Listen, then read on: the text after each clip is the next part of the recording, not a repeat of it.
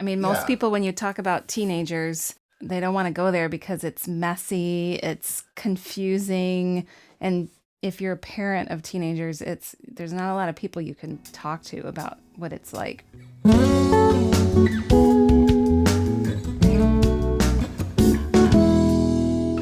Welcome to With You Podcast. I'm David. And I'm Tara. I'm a marriage and family therapist and professor. And I'm a birth doula and educator. And we're married to each other. We've raised 4 kids, and we're in professions, as you see, that deal with coming alongside people. Right. So in this podcast, we're going to share what we've learned about relationships and life transitions. We'll do that by sharing our own experiences, by interviewing people who have a great story to tell. Mm-hmm. And we've got some expert interviews to give us some even better information. It's going to be so good. Let's get started. Please join us.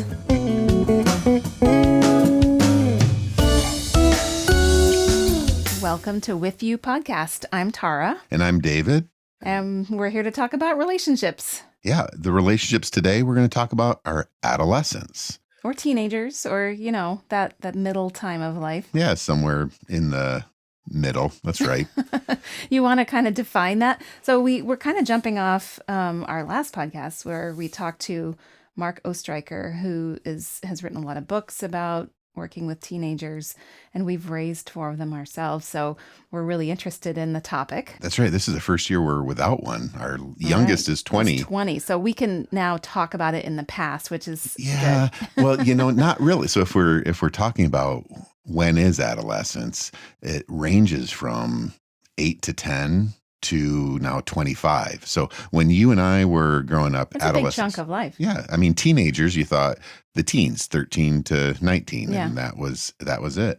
But it's more extended now. Why is that? So the normal biological stuff that happens is usually that early on period of the hormonal changes, 8 to 10, that range. And then the biological changes that we see, all the parts changing and the growth spurts, is usually by 15 or 16.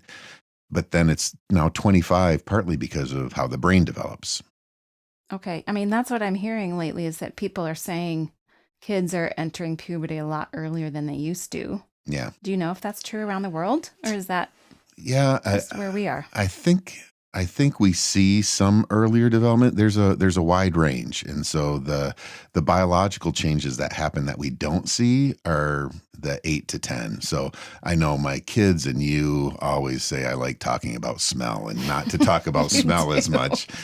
But you can tell, like, I love the little kid, newborn baby smell, just like a new car smell. It just smells so good. So you smell a new baby, and it's different to sniff a teenager's head, right? Yeah. And then, but I always thought it was a teenager, but it's really like for our kids, it was how old were they? What?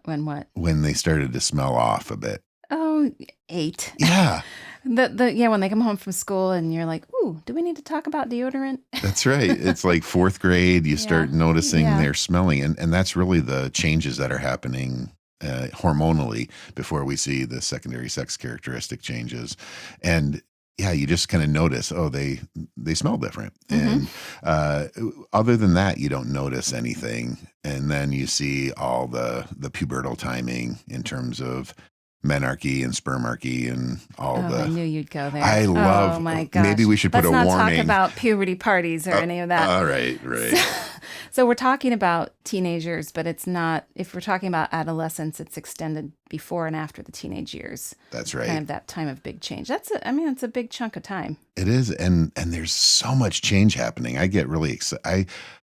My area of work in therapy is with adolescents and their families, and I just love it because... Yeah, but that's unusual, right? I mean, most people, when you talk about teenagers, it's kind of a topic people don't want to go there because it's messy, it's confusing, and if you're a parent of teenagers, there's not a lot of people you can talk to about what it's like because they have their own lives.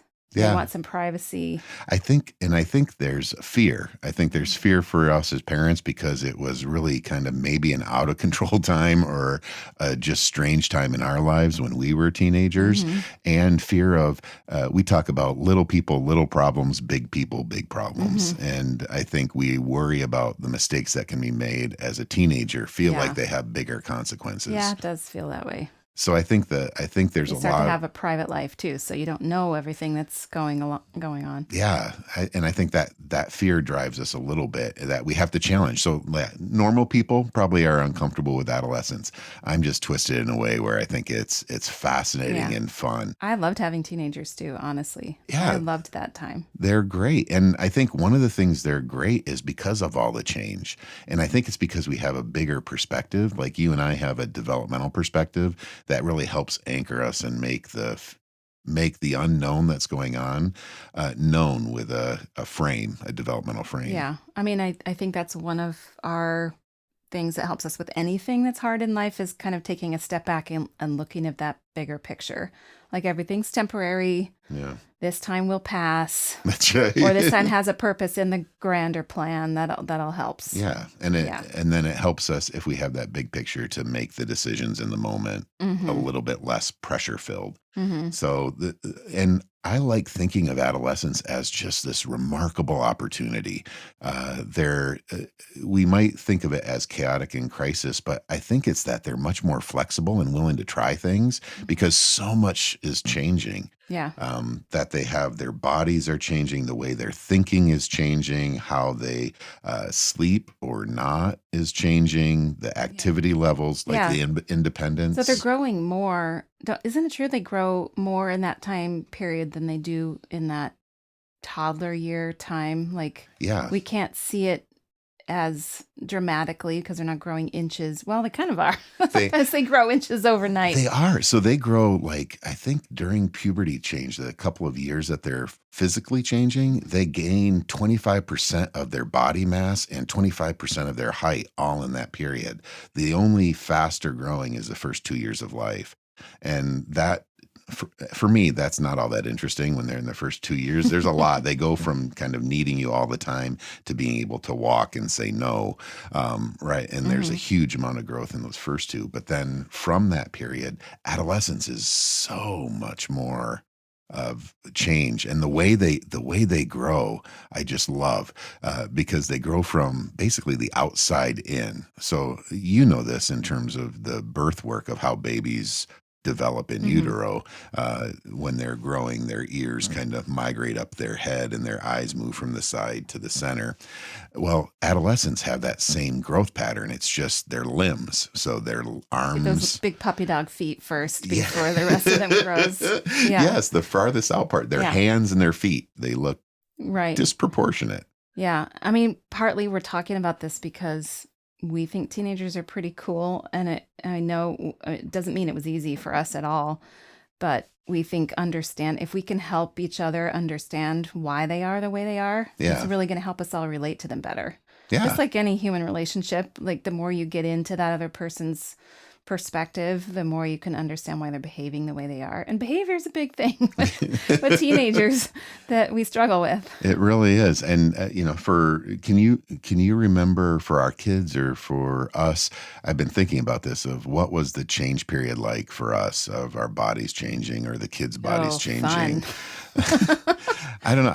I just remember I was a little bit of an earlier timer. So I hit puberty early, which was great. That's great for boys. Yeah, it is. It's great for boys because the teachers treated me like I was more older, of an adult. Yeah. And you make the athletic sports, teams. Yeah, all of that. So it was really good.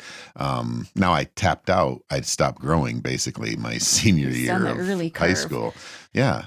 Yeah. Yeah. And our kids, I remember them growing in spurts, like I remember taking them to get new clothes and finding out they were a few sizes bigger than what they were wearing. Yeah. We come in for shoes and you need 2 sizes bigger than what you're wearing right now. That's an oops, because they just grow overnight. Yeah, it's remarkable. Yeah, I do remember the minute the boys would it felt sudden, like I would turn around in the kitchen and there'd be another man looking eye to eye with me, and it was my son. Like, just where did you come from? I remember that phone call. You said, I turned around and I was worried that there was another man in the house. And then, because I was at work in the city, and you're like, oh, no, it's just one of the kids. Yeah, because it just sneaks up. I mean, they sneak up on you. And the growth happens so fast. I don't know where our kids were on the curve. I think they were pretty average as far as when, maybe a little early. Yeah. And for some of them, yeah. And for boys, the younger that you hit puberty, the better. For girls, it's the opposite, which doesn't seem fair, but it's better to be a late timer as a girl. Yeah. Yeah. Well, and what are some of those developmental things that they're working on during that time of growth? Because I know there's reasons that they're growing that way and things that they're trying to accomplish. Yeah. The adolescent kind of growth, they're looking at kind of how do I interact with the world? How do I interact with my changing body and how I think differently about it?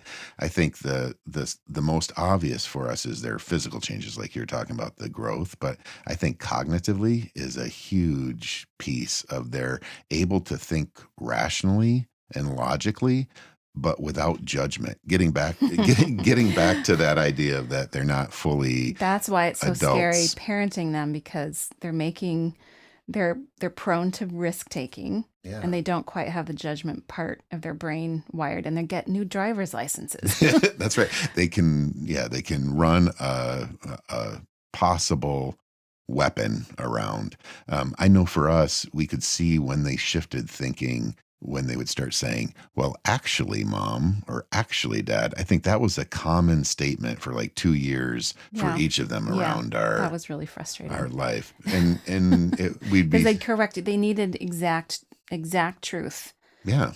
Right. So if I said it was 2:00, no, it's 2:04. Yeah. Like, just exact truth and justice are big in their minds, which can be fabulous, really. It is. It gets them fired up for important things, but it can also be misplaced.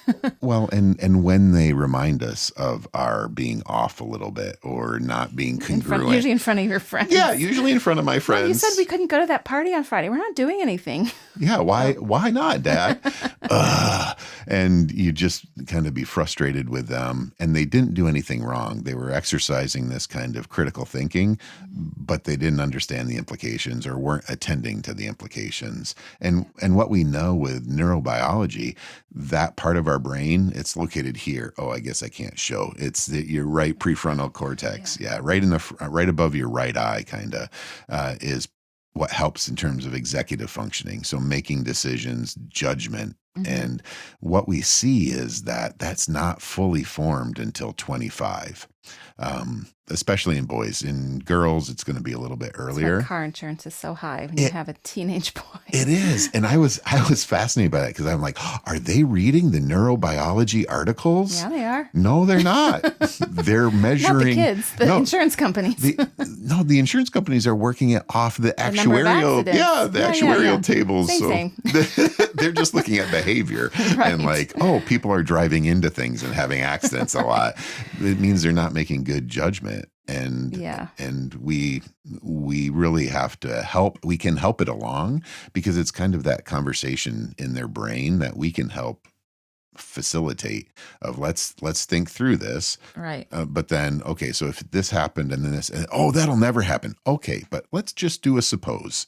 Let's suppose this would happen. Well, that's one of the things that's amazing about teenagers is they're this massive ball of contradictions. You know, like that risk-taking, that need for risk-taking, it can be amazing. It can also be really scary. So some ways that I started to realize it's not just a thing that you kind of have to live with and hope they'll live through it. It's actually kind of a need, developmental task to push up against where are my boundaries, taking risks, going beyond what they've known in their lives so far.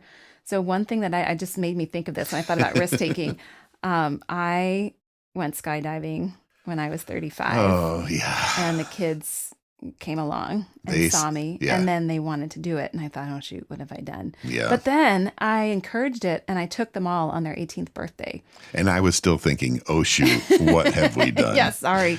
We're not recommending this this isn't for everybody as a endorsement. parenting rite of passage. But Correct. for us, it was fun to give them a huge adrenaline kick and push up against like something scary, and they all were excited to do it. I don't think any of them want to do it again. Well, some of them, two of them might say they want to do it, but it kind of also calls the bluff when they have an opportunity to try something that's scary. Yeah. and they realize, yeah, okay, tried it, don't need to try it again. It was kind of fun to see them experience that and feel, how far do I want to push this? And I think that's a superpower of yours. And it's always nice when the parents have slightly different superpowers, because I think it's helpful. I think your risk taking and kind of adrenaline seeking and willingness to have an adventure has been really helpful in those ways. And I think my superpower is probably humor and play. I think that's true. That's good. That not taking things too seriously. Mm-hmm. You're like, hey, let's try this crazy, really stupid thing. Wait. and I'm like, yes, and I'll wait here to see if you bounce. Right? Yeah, the first 2 times you watched, and then you said, you know what, I'm not coming anymore. I don't need to do that fine. anymore. I don't like to worry about you worrying on the ground anyway. Yeah, it was showing that we both can take care of ourselves in different ways, and we were kind of modeling that for the kids. Yeah, and you're right. Playfulness is a huge thing that has been helpful. And I mean, maybe we're moving into relating to our teenagers, but yeah. I want to talk about one more of the biology things, because it's back to middle school, and it's really fun story that I want to make sure we talk about. Okay. So we have this kind of cognitive change happening, and I was kind of talking about the growth of how the arms and legs are longer. Mm-hmm. And we've talked before, it's kind of Picasso-esque that they're growing and all their parts are not in the right places at the right time. And it comes out we saw it most in Let's Dance. Oh, that was so fun. In middle school. Where we live, middle school is 6th, 7th, and 8th grade. And there was a program that I think it was just for 7th and 8th grade, where they could go to this, basically a dance class, and it was over, I don't know, 6 or 8 weeks or something. Yeah. And they would go on like a Wednesday night or something, and there was this guy that would teach them dances and socialization. Right. So it was both things. And you'd think a 7th grade boy would be like, absolutely not. But it actually ended up being kind of a thing that was all the kids wanted to do. Yeah. They would come up, and one of our kids would be, probably a boy and girl interaction would be like this. Hello, Tara, could you go for a walk or dance with me? Yeah. They didn't have to ask each other to this thing. It was a class. No, but during the class in the dancing, come on, that was a great middle school. Oh, boy. I saw the fear in your eyes, like, oh, how do I let this boy down easy? Yeah, so I think anyway. I think your point of this story was the visuals, because the parents got to volunteer to bring snacks to this thing, so it was kind of fun to get to have a little view into what was going on in dance class. Yeah. And the way it worked was that nobody had to ask anybody or have that awkward conversation, because we all know everything about being in middle school is awkward enough. But they would line the boys and girls up on opposite sides of the gym, and they would come, they'd have to keep changing partners, and you'd just get who you got matched up with. And then watching that process was hilarious, because the rate of change, the rate of growth for girls and boys and different timings was so different that you'd see most of the girls were towering 2 feet over the boys. Because girls develop 2 years ahead of boys. Right. And they also looked a lot older than some of especially the 7th grade boys. And they were all, just different shapes, different sizes, some looked so mature, might even have had a little facial hair. Others were, looked like they were 10. It was just so funny to watch, because they're all in the same. Yeah. And they're all the same age. I wish we could show a video, because I think you and I could do the dance really well. If you would stand on the chair and I'd get on my knees here, the guys have their hands up like a touchdown sign, trying to dance with the girls. The tall girl. Yeah. I mean, it's just so fun. It's just good. To me, it's a good just snapshot picture of what middle school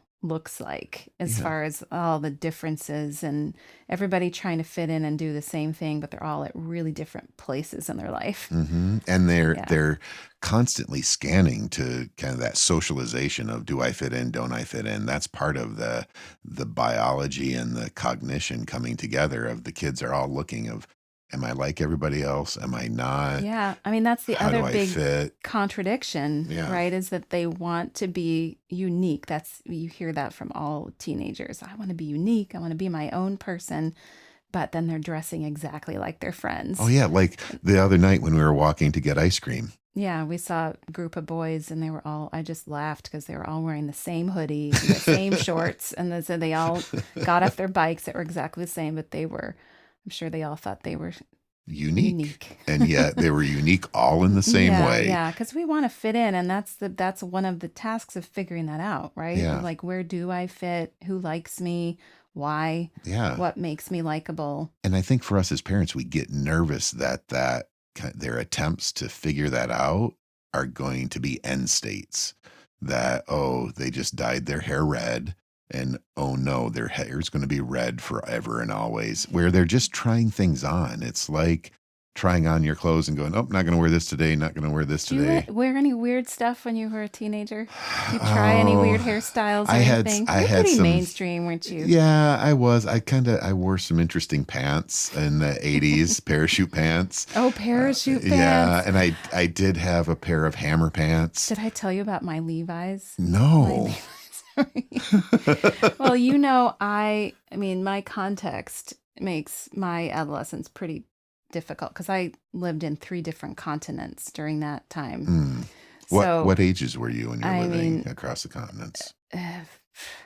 From 9, I was in Australia, and then we were in the US, and then we were in Africa, and then back to the US during that time.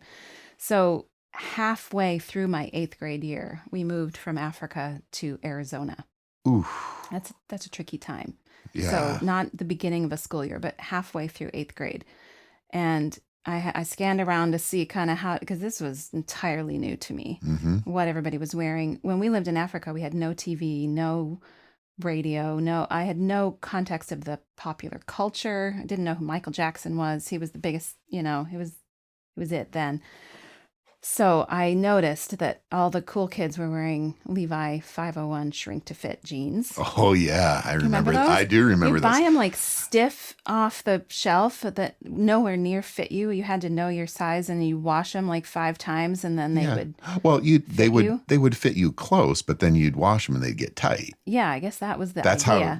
That's how I did it. We had just come from Africa. We didn't have money, but my mom wanted me to help me. I was wearing hand-me-down clothes from, had been through several generations of my cousins. And had been all over the world at 3 different continents. Literally. Yeah. So she let me get a pair of these jeans, and we didn't know what we were doing, and we washed them, and they were still probably at least 2 sizes too big for me. But I still wore them every day because I thought it made me look like I fit in, and I probably looked really ridiculous. Yeah. So you were scanning thinking, oh, I'm the same as everybody else. This is how I just blend in, because everybody thought it was weird enough that I came from Africa. They asked me about, if I rode wild animals to school and stuff. Yeah. So I was trying to blend in. These ballooning pants cinched with with rope or something. No, it wasn't like that. But yeah.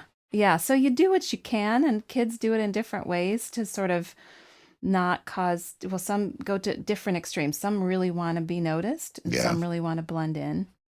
Well, and we had, like, in the 80s, we had all those groups, right? You have the burners, the stoners, the jocks, the preps, I think it's less well-defined now. Yeah, I think that was very much a generational thing, but it's the same kind of idea. And I know for us, looking at pictures, even though we grew up in different parts of the world, the feathered hair was the unifying. Got up hours early to curl and feather that hair. Oh yeah, and I mean, spray. It's hard to believe now as you look at me, but I did have some wicked hair that I could feather, and it's probably the only time in my life. You didn't have a mullet, did you?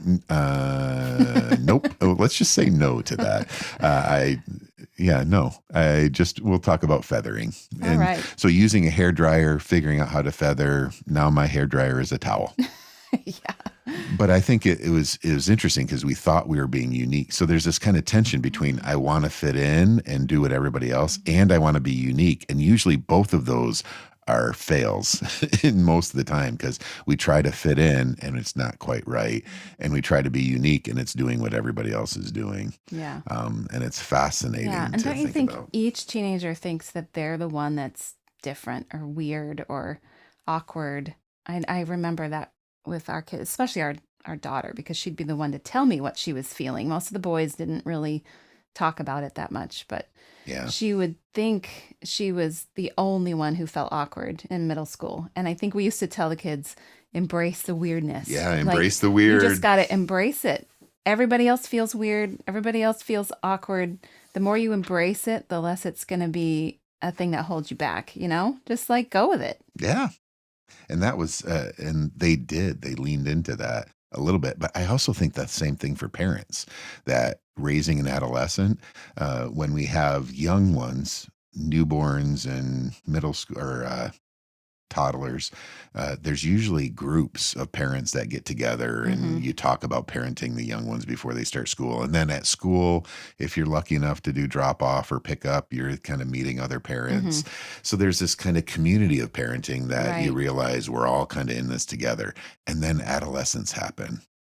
Middle school, all of a sudden you're not at the school bringing cookies. If you are dropping them off, they want you to drop them off a block away at least. Oh yeah, and if there's going to be a kiss and hug, which there always was in our family, it would be well before we got to the school drop off. Oh yeah, that happened at home. Yeah, but it always they had a choice. They could have it the easy way or the hard way.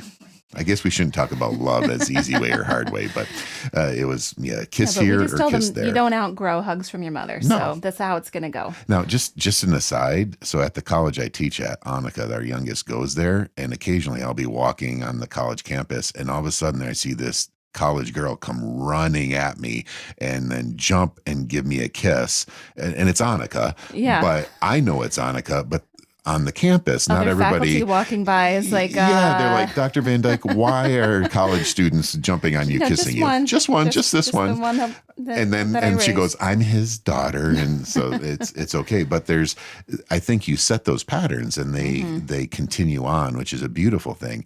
But getting back to, I think when we're parenting adolescents, we feel like ours are broken in a unique way, or we're struggling with the changes in a unique way. And that isolation is just a killer. Yeah. Yeah, you're right. Because I think once we get to that stage and our teenagers have their own lives and their own social media and stuff, you can't, I see parents of toddlers posting stuff online with, this is what we're doing with potty training. You can't reveal that stuff about your teenager. So you don't have the same sort of way to express what you're going through, and some people keep it to themselves because they have this impression that everybody else is doing better than they are. Yep. And partly, I think social media is to blame because we believe just the little Insta stories that we see, and partly it's because we just we don't have the same way to gather. To talk about it in that stage. And don't you think we all us too, we all put our best face forward. Yeah, we always usually tell our best stories. Yeah. And not the vulnerable ones of, oh, my child's struggling with depression, or is having a difficult time with grades, or it's all, oh, I made the honor society. We broadcast the positives, but there's no space to talk about the challenges. And when we do parenting classes with parents of adolescents, that's the one thing. It's not even the content we talk about. It's helpful to think about how do we understand development, but it's like, oh, this is developmental and everybody's going through it. Oh, okay. So now it's not a bad thing for us. And it frees up a shame and a isolation. Just hearing that you're not the only one is it takes the pressure off. And then think about that. If we don't have that pressure, we're going to respond differently. And that different response is going to lead to a potential trajectory of something different, which is really encouraging. It's what gets me excited. Yeah. So I've had people say, though, like, how do you share the reality of the most difficult things that are going on without violating your child's privacy? Yeah. That's tricky. I think we're struggling with that, of the stories we tell, of how are we going to pick the right stories without identifying which child. And right. And so just the fact that you're a professor teaching about family development. They all Yeah. know that you talk about them already. So certain stories have been cleared already for class and Yeah. such. But But that's part of the relational focus, right? So whether it's our marriage or parenting the kids, there's a deal that we have all made of we check out stories. Can I talk about kind of the idea when you became aware of your private parts? Is that an okay or not okay? Can I man. talk about kind of arguments and how we do repair? Can I, but before doing it, that relational part I think is so important that we have that respect for each other. Right. And for me as the dad, not just going, well, I'm the dad, I'm the authority, I can make these decisions, but as a, Having respect for them as an autonomous person. yeah, and that they Yeah. are a full person. Sometimes we don't think of them as full people. I know. And that's the thing that drove us kind of mad with the way the church was set up and some other places that kind of set teenagers aside into sort of a holding pattern. Even the middle school, we Yeah. still drive by it and say, oh, it looks like a prison yard. Yeah. It's kind of like they're There's just holding their... fenced yard where they have to go out they're and not exercise. Kids. They're not young adults. They're just kind of in this middle ground. And we really think the perspective and the language around, how we talk about them, how we think about them can change how they feel about themselves, can Yeah. change the way they feel like fully respected human beings instead of just like, oh, you're on your way. What are you going to be when you grow up? Or, maybe you can do this in a few years when, you Yeah. get good at something. I think they're capable of so much. Well, look how hard already. we push them academically and their music and their art and their all the domains. We have them in classes and in, some people do extra things. Why not use those skills in relationships? So you and I talk about this of we get frustrated sometimes. Well, I'll speak for me and you can say yes or no. Okay. I get frustrated sometimes of maybe our youth ministry in church culture is to have a kind of Sunday once a year. That's the youth Sunday and they're all on show showing their gifts. But the rest of the time they're locked upstairs in the church, in the youth room. And the room smells pretty bad. I'm not going to lie, but Back to the smells. Back to the smells. I know, but they're locked away doing their own thing because the assumption is they want to be separate. They want to have the center of gravity away from family, and some of that's true. But they're skilled, gifted people. What happens if we integrate them them? In everything. Yeah. And so if someone's musically talented, why aren't they on the cycle of the worship team? Some places we've talked before have said, yeah, but we want perfection. No, they didn't say that, but we want performance. It might take more training. And there might be mistakes. And it's like, that's life together, right? Are we okay with mistakes? Are we okay? That's part of the problem. I think that's kind of one of the core parts of the issue that a lot of people have with teenagers is that it's messy. It's unpredictable. We've learned to kind of accept as part of life in general. Yeah. So we can appreciate that about the teenage stage of that it's part of what you get. I forget where we pick these up, but we have some mottos or some bumper stickers that we talk about, and you're either winning. There's the W and the L categories. There's the winning category, and then there's when the kids played sports, sometimes they'd say you're either winning or you're learning. Yep, and is that the one? That's that's the WL. You're winning or you're learning, and if you're winning, you're not really kind of going to be growing much. It's just a success, and yay. It's when you have the frustration, the mistakes, the messiness. That's when we learn. Now in our society, it's called losing. Right. So the L is losing. And for me, it's when we do it wrong, that's when we learn because we have opportunity to make correction. And that's where a good coach will take those opportunities to help the team learn and do something different, which is learning. So can we really think about winning and learning as we work with our adolescents? Kind of calls back to in the podcast with Marco previously where he said the one thing he would change for his old self is go back to prioritizing character development over skill development. And I think we do put so much emphasis on performance that causes so much anxiety for our teens. Because they're not going to get it right every time. It's not possible. It's not possible for us as adults. No. And so that focus really is what creates some of the problem, that expectation that we have of them. They get it right. Well, they're they're figuring out, they don't even know where their feet end, knocking into things and stuff. Like, give them a break. So we're trying to just understand them ourselves and kind of change the focus to, if we want to have a better relationship with anybody in our lives, we got to understand where they're coming from and give them some respect. So what are some things that we did in our family? We had some things that we did really intentionally to try to create connection. Yeah. Because I think I felt too, coming into the teenage years, that what I'd mostly heard was you just kind of have to put your head down and survive it. Just like barrel your way through it. You'll get out on the other side. Hopefully they'll still like you on the other side. Yeah. And that just seemed so depressing to me. Right. Because it's like on pause. Our relationship is on pause until you don't know what you're going to get on the other side. But I wanted to have connection with them through it, because as a parent, you feel a big change when they go from being your little buddy that just tells you Mom, look what I did in school today, to what we called the cave years. Yeah. When they start to just become monosyllabic and you get a one-word answer. And if you're texting, you get a K. Oh, that drove you crazy. Oh, my goodness. So you start to grieve almost the person that you knew as your child, while they go into this kind of feels like this dark phase where it's not, I don't feel like they're trying to create that separation.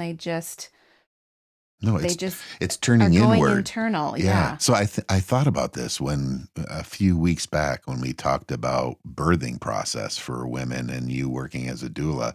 There's a phase where the women turn inward during difficult time, when there's changes happening. And I think about adolescence that way, that there's and a lot. And they don't turn it on. It just happens. No, it happens. It's biological. And there's a different experience of the external context of all of a sudden the others, there's less information coming from the outside and more coming from the inside, and trying to figure out. And it magnifies what the way they're feeling things. And we talked about this in terms of you feeling like you lost your little buddies when they were like toddlers and middle or elementary school kids to later on, and having to translate what that internal turning looks like, right? I think we talked a lot about that transition, like when we'd go for walks and we'd be done and you'd have these 2 6-foot guys on either side of you, not me, your sons, and we'd be walking and you'd come back and you're like, I'm tired of getting bounced around. I feel bruised from our walks. And the conversation we had was... And you translated that for me and said, well, they, because they don't, it's weird once they get taller than you to just be hugging as much as you do when they're little. They don't sit on your lap. Obviously, they don't hug you. So their touch now is just kind of like shoulder checking you. So they're bumping into you. It's like it's contact. It's physical contact. And it's intentional. And it's their different big puppy way of touching. And that actually really helped me see it in a different light, instead of like they're not taking care. They're bumping into me, or they're actually showing need for affection. I still have the video on my phone when you put on the football helmet in our dining room. So our boys played football, and one time you're like, well, this is interesting, and you put the helmet on, and all of a sudden they started head slapping you. I know.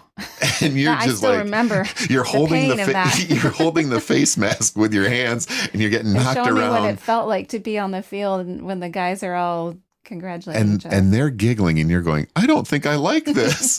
But it was involving you. They were being playful. Yeah. They were being playful. They were inviting you into their lives, which not appropriate, right? I'm not saying it was appropriate, but it was actually get hurt. you didn't, but you could see how that could I could get defensive of don't do that to your mom, or you could be defensive or scared, or and it could go a very different direction. Right. But being able to go, so how do you interpret what they're trying to do? The intent of it and how we navigate that. I think other rituals we had were around the dining room table, which we didn't even know fit the literature. Like the Fuller Youth Institute, their research talks about family meal being a protective factor. Yeah. We just did that. But we also are really fortunate that we both grew up in homes that made that part of an important part of our day. So we grew up with having meals around the table with our family, and that was just a natural thing for us to do. It wasn't easy because No. our kids all were involved in everything, and we had evenings were full of going back and forth to practices and concerts and all sorts of things. So I would sometimes have to throw some food at them at 4 o'clock, like a pre-dinner, Yeah. and then we wouldn't be eating dinner until 7:30 after practice or something like That's that. But right. we tried to make it an intentional time where we would sit down. No homework was at the table. No, I don't think they had phones back then, but Yeah. no phones were at the table, and Mhm. we asked them questions, had to ask them to ask us questions to Yep. show some interest in just what's going on in the family.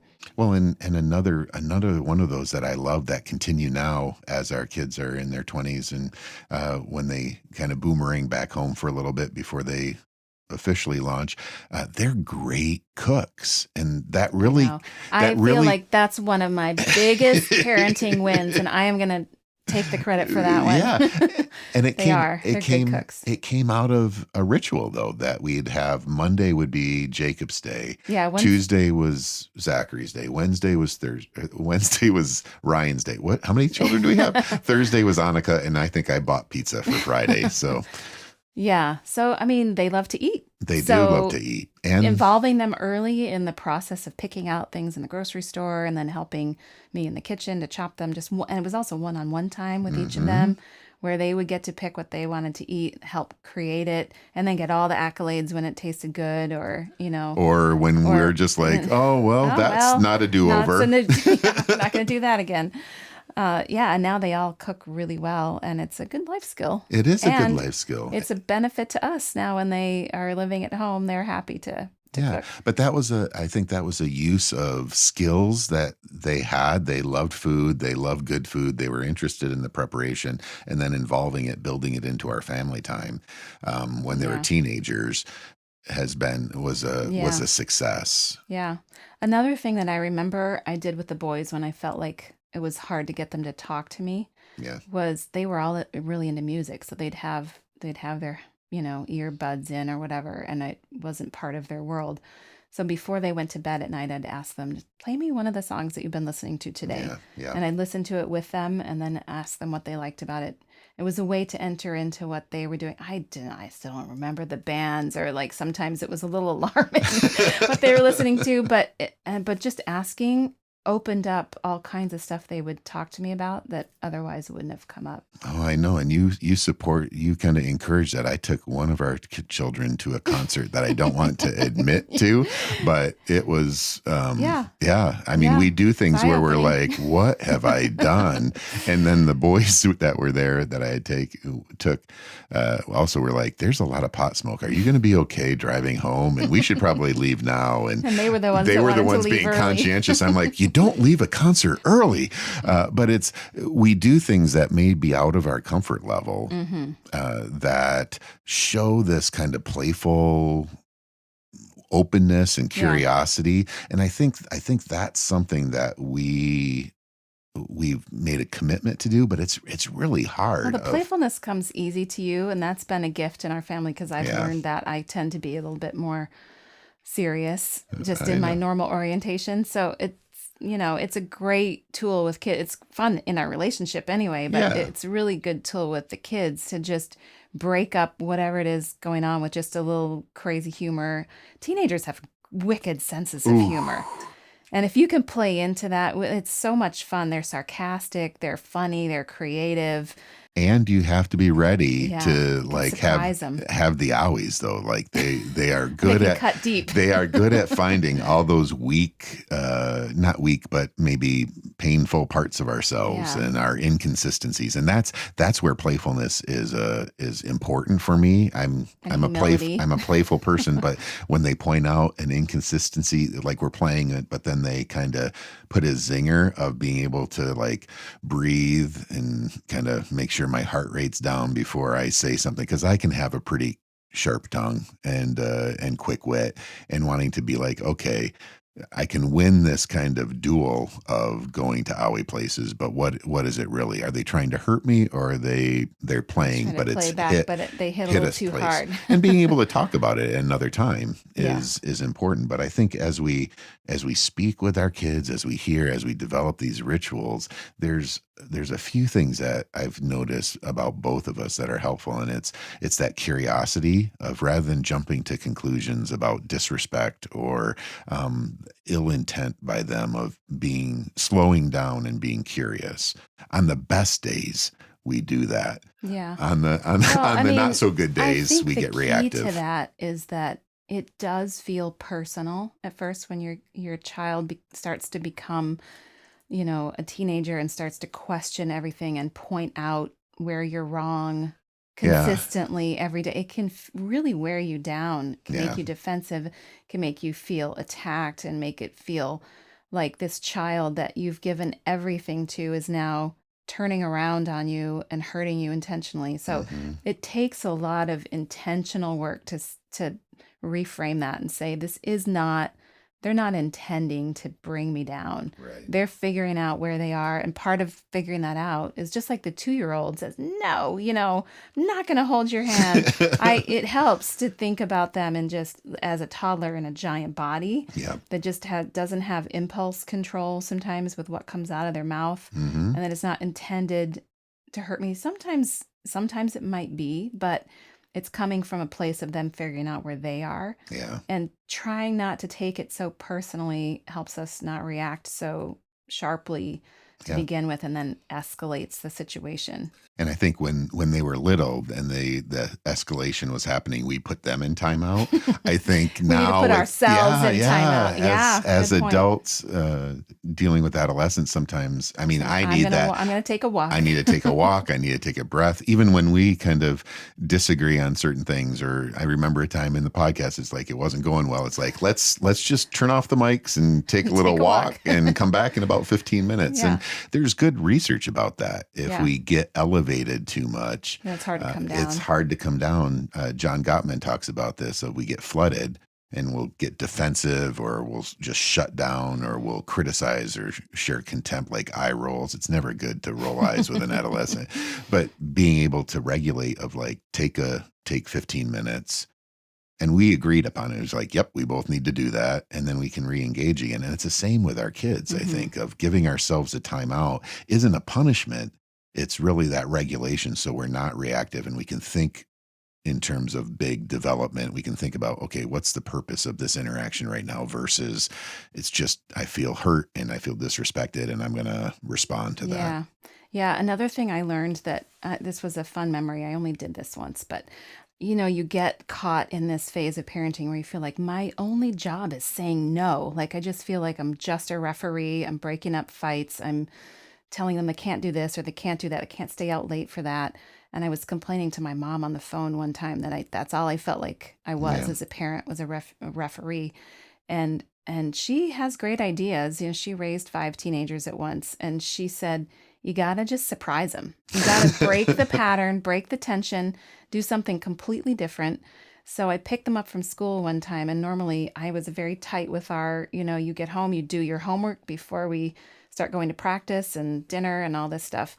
And I decided to change it up. So I picked them up. I had bought them some sketchbooks and pencils and all this stuff, and I drove us to a park, and they're like, what's going on? Is she gonna leave us? Yeah, I know. Where is she leaving us?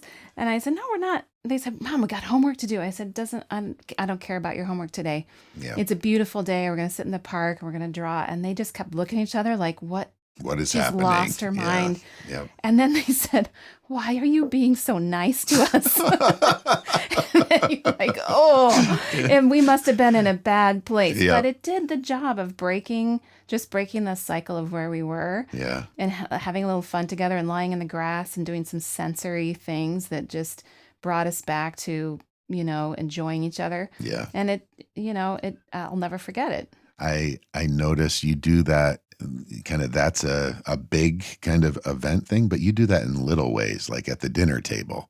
You can surprise them, because as you've heard us talking today, Tara tends to be the regulated one and the organized one who likes adrenaline and risk taking, but appropriately so. Right. I'm the playful one that probably has executive functioning issues that tends to say things and then think about them later, and usually am really inappropriate around the dinner table.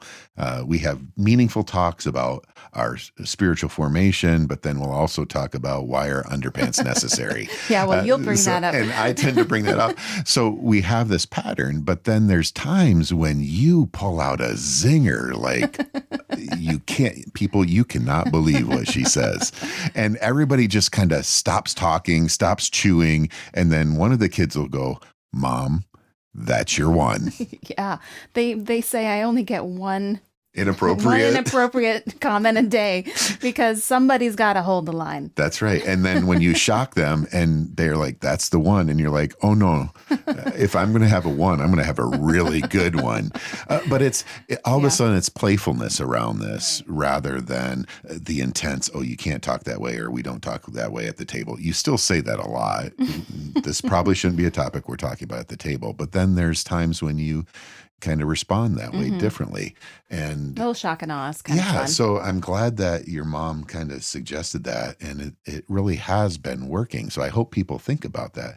The other one other thing, and then I'd like to get to language that we use, but I think about those that have 2-year-olds right now. So maybe you're listening to the podcast and you don't have teenagers, and it seems like it's 10 years away. Just developmentally, what they're going through at 2, imagine giving them a lot more language and a lot more logic. That's what the teenagers will be like. They're exploring, testing the limits. They're trying on different things. At 2, we can contain them. We can redirect pick them up and put them somewhere. They can go into their bedroom, and that's a good time out. But it's the same skill set. And so even though you might not have adolescence, you can still practice some of these things with toddlers. Oh, yeah. Yeah. Yeah. So speaking of the language, I think just part of what I was talking about with the stuff my mom taught me was just expectations and how you talk about who they are. That's another thing she did when she'd walk around with, we had 5 teenagers at the same time in my family. I was the oldest of 5. It must have looked like a gang. Well, the Barnett gang. I mean, it was noticeable. So when we'd be seen, people always had strange, and really unhelpful comments about how her life must be hell with 5 teenagers. And she would always respond like, well, I'm glad it's me and not you because they're amazing. I think teenagers are amazing and we have fun. And she would say that with you around. Yeah. So we'd hear that and that was the expectation of who we were. So it felt like, yeah, we're not trouble. We're fun. Yeah. We're creative. We're funny. And I think how we speak about them, because everybody talks about troublesome teenagers. Yeah. I think I might have said this another time, but Annika, when she was little, one time saw something on TV that talked about teenagers, and she came to me and said, Mom, when I'm a teenager, am I going to be bad? I was like, what? Oh, and baby. She said had already heard that that's what teenagers are. They were synonymous with being bad and trouble. Yeah, I think we perpetuate that. We do, and not even realizing that we're sending a message that we're looking for the chaos. It's kind of a problem-saturated language that we're focusing on the disrespect, we're focusing on the negative attributes, and not necessarily saying this is where there's beauty. This is the benefit. When was the last time you talked about the benefit of adolescence and the beauty of them? Yeah, I don't hear that. The beauty. Who's of ever said that? Maybe talk about I think that. we should. Yeah, because I they're so smart, they're so talented, and they see the world differently. So in family therapy, I love having adolescents. They narc out all the other family members, right? So they're truth tellers. Yeah, I mean, yeah. But in a painful, uncomfortable at times way, and maybe not the best time, but they are truth tellers. And if we think of them as truth tellers, that frees us up to really, okay, I need to listen to this. And we can say, hey, can we have this conversation another time versus don't talk like that. And we're focusing on the beauty of them being able to speak to I love when my kids point out my inconsistencies, when what I say and what I do and what I'm feeling doesn't match up. Occasionally they'll go, does your face know that you're feeling this way? Because they'll say, how are you doing, Dad? I'm like, oh, I'm happy. And they're like, oh, I'm not sure your face knows that. And that can be painful and seen as disrespectful. Or it can be like, oh, they're not experiencing me this way. Yeah. And can I be responsive to them? So the language that we use to talk about them, to talk to our friends about them, right? I mean, how many times are we on the phone talking about our family or our kids and they're listening in, or in the car when we're talking? Yeah, they do get supersonic hearing when they become teenagers too. Oh, do you if remember? you're calling their name, Yeah. they can't hear it. But if you're talking about somebody else in the other room, they get every detail. We took one of our kids to a specialist because we thought that child had a hearing problem. Guess what? That child did not have a hearing problem. He had a listening problem. And that's what the specialist told us. Yep. It was like, oh no, that one can hear perfect, really, really It's a good. fun parenting moment. Yeah. And instead it was like, oh, okay, so what are they attending to and not? Yeah. But the language we talk about adolescence, is it a time of opportunity? Is it a time of beauty? Is it a time of truth telling? Or is it a time of delinquency and resistance and rebellion? Right? Can all those things be true? Well, I think they can feel true. Yeah. But how are we focusing on it? And am I able to see the strengths and build those and attend to those? Mm-hmm. I think we heard someone preach one time of what we attend to tends to be then what we do more of. Well, yeah, you hit what you're looking at. Yeah. Well, Well, the kid who's learning to ride a bike. That was me. And they're, did That you do was that? me. Yeah, Dad was teaching me to ride the bike, and he's like, okay, so just the only thing you have to worry about are the trees. Just don't look at the trees. And I'm like, okay, don't look at and as I look at the tree, I drive my bike right into the tree. Yep. I mean, and that's how language works too. I think sometimes what we think leads to the way we speak about things, and sometimes it's the other way around. Our language precedes our thought. And so the words we use actually can shape the way we think about things. So we do believe in changing our words sometimes before, it'll We help believe us. Yeah, help Yeah. us change our beliefs about those things. And the teens really read that, right? If you think back to, they're good at reading the relational room. They're good at picking up the social cues. If we're saying these things, that's what they're listening to, not necessarily our other times that we're interacting. In the crisis moments, that's what they'll be listening to. Right. Well, and they'll pick up on our actions even more than our words. They should be matching. Yeah, that's why they point out when The we're incongruent. congruency, Yeah. Yeah. Yeah. Another thing that you talked to me about in your developmental perspective that really helped, and I think we'll kind of finish up with talking about these things, is the felt needs. Yeah. Is that Erickson? Yeah, Erik Erikson. And a lot of people learn about Erikson in terms of the stages, like trust versus mistrust, autonomy versus shame and doubt. And those kind of stages are highlighting the major needs at that developmental stage. But underneath that, Erikson has this beautiful kind of shorthand. It's the engine that drives development around these needs. And it's, what are the rules? So our rules, our family rules, like you don't swear or you only get one inappropriate comment at the dinner table. Your faith rules, the rules of your church or your belief system, and then the rules of society. So we have these rules that are set up, and you can see parents that are rule-based parents. No, stop it. Don't make me pull this car over. So help me, right? Those kind of languaging. And we've all sounds like me. Yeah, we all kind of know when we're being a rule-based parent. And it's, like that no. How many times can I say no in a day? But that's all speaking to the rules. And then we have just the needs, that kids have legitimate needs. Teenagers, their needs are going to be identity, kind of that idea of belonging, and it's going to be about intimacy and close connection.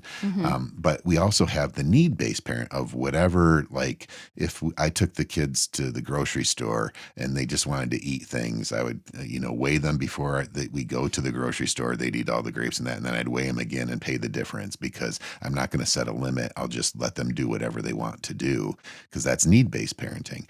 Both of those are problematic. What we're wanting to see is, Erikson talks about, how do we bridge? How do we have identifying the need that our child has, and identifying the rule. And then when they're younger, helping them meet the needs within the rules. And when they're older, how do we help them identify the rules and the needs and meet that? And Frank Furstenberg talks about this of as they get older. I know I'm lecturing. As they get older, we want to increase their sense of autonomy, their ability to do that, and decrease our kind of rule focus and being able to do that for them. So adolescents around 15 and up, we're wanting them to participate more in identifying and setting the rules and meeting their needs. So thus endeth the lesson on development. But your talk about felt needs for me in a practical way was really helpful to just get behind. Yeah, not the lecture, right? Well, the practical. It's helpful to know the philosophy behind it, but in a practical everyday way because I think we focus a lot on teenage behavior. Yeah. And that's what's frustrating because we can't predict it, we can't control it. It doesn't make sense sometimes, but really focusing on what was the need that led to that behavior really helps us understand where they're coming from and helps us react differently. So that helped me a lot in the teenage years, was realizing that their needs kind of led to the way they were acting. And it wasn't just about me or like about trying to make my life difficult or about not behaving, or listening.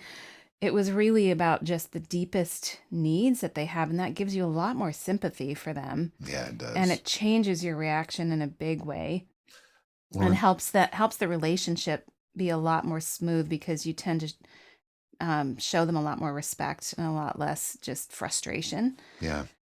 So that I really think if we focus on that, it also, we have a few things that we've learned especially with our boys, but I mean, our girl fits into this category too. Meet the basic needs first. This is the basic hierarchy of needs, but we learned the hard way that if you're going to try to have a deep conversation with your teenage son and he's hungry, tired, or restless, it's not going to go well. So if you go to the basic needs first, we learned if we took our boys out for a really good meal, like a really hearty hamburger or something, they'd be a lot more amenable to talking with us. Yeah, and so, it would be you, me, and the boy, one of them, or one of the kids. If we had something really important we wanted to discuss, or just sometimes like a rite of passage, like, hey, you're about to turn 13, let's talk about some new responsibilities we want to give you, or some new freedoms. We'd take them out alone, buy them a really nice meal.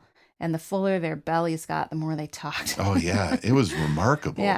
Yeah. So, like, food is huge. Like, feed them. That's one of my biggest tips I give parents of teenagers. Like, feed them well before you try to talk to them. The next one is sleep. And the adolescents don't know they need this. And I don't think adolescent youth pastors and people that coaches understand the need of sleep for adolescents. This really, I think, is super misunderstood or not paid enough attention to with teenagers. Yes. Because most of the activities that people create for teenagers are all-nighters and the church lock-ins. Like, I hated sending our kids to those. Yeah. Because so Mr. Developmentalist, Dr. Developmentalist, tell us. Ooh, I like that. Yeah. That's a new name. They need way more sleep than they're getting, right? So we would have these conversations with the kids because our kids wanted to be athletes and maximize their developmental potential. So they would say, what do I need to do? And I'm like, you need 3 things. 1, your mom's going to take care of, eat really well. And when our boys were teenagers, our food bill higher than our mortgage bill. Ouch.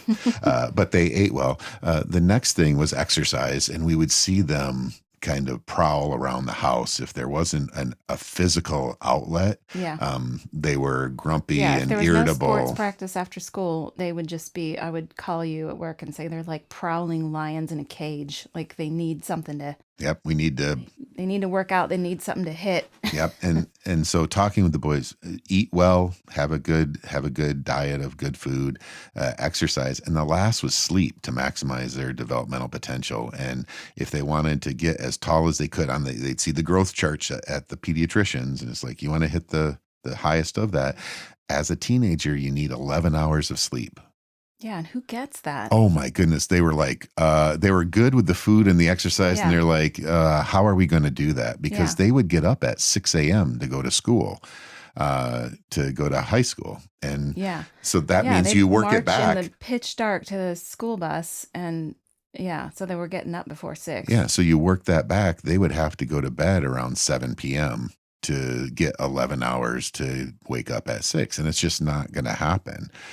So as much as you can, 9 hours is great, but even that, you talk about this with melatonin. Well, I read something that said their melatonin doesn't, when in teenage years, it doesn't even kick in until after 11 p.m. or something. Right. So they're not going to get sleepy until later. So even though we tried to enforce a really reasonable bedtime and have them go to bed early, but they would tell me, Mom, I lay awake for 2 hours at least before I fall asleep. Because it's just biologically not the way they're wired at that time. And we don't adjust our expectations. So ideally, and there's some school districts that are doing this now, of the young kids should go to school earliest and the teenagers should go late. I really felt bad for the first 3 period teachers in high school. Yeah, they were zombies at that. Yeah, they're not paying attention. It's a challenge, and they really needed to go to school like at 9 a.m. and have it go later. But that interferes with work and extracurricular activity, all of that. So we have these structural things that are set up working against the need for sleep. Culturally, the expectations are teenagers, don't need to sleep, or it's more fun to stay up late, and so it's not encouraged. Yeah. And so then we do programming, like a lock-in of let's give them all the amount of sugar, like Mountain Dew and those little sugar licks that they have. Yeah. And Twizzlers and M&Ms and stay up all night. Oh, that's gonna end well. And how is the next day on that? So then the parents are miserable. They are angry at the church leaders. They're angry at the adolescents, and it's really not appreciating development and creating more tension and problems. And we need to think developmentally. Okay, now I'll get off my soapbox. But so an encouragement for you with adolescents or even younger kids of regulating, getting sleep patterns that are helpful, that are in tune and goodness that fit for the kid as well as the family is a gift. Like we worked really hard on sleep. Was really, really important in our family. Yeah. Now we don't sleep. It benefited us well. Yeah. Yeah. Now that we can sleep, we don't. Yeah.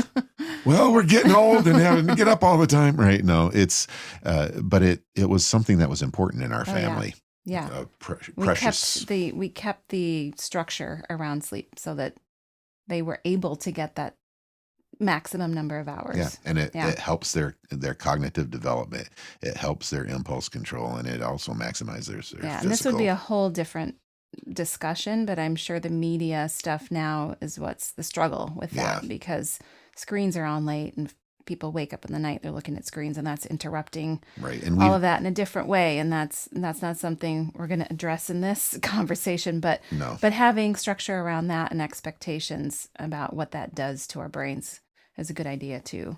Yeah, it's we'll talk more about this. We love adolescence.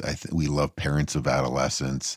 It's an exciting time. We believe it's a time that can be rich in flourishing for everybody involved. That's different than the messages of, oh, you have an adolescent and you get the sad eyes from people in the grocery store or at church. Oh, well, it'll be done. Luck. It'll be done soon. No, it's a time to enjoy. And so maybe we can talk more about how we have enjoyed being adolescents. Love them. And we hope that you will look for new ways to love any teenagers in your life. And we just encourage you to embrace the weirdness. Embrace the weirdness. Thank you so much for spending time with us today. We invite you to visit our show notes page and website for more resources and information. If you like what you heard, please rate, review, and subscribe to our podcast and share with your friends. That would be a huge favor to us. Thanks. Bye-bye. Bye.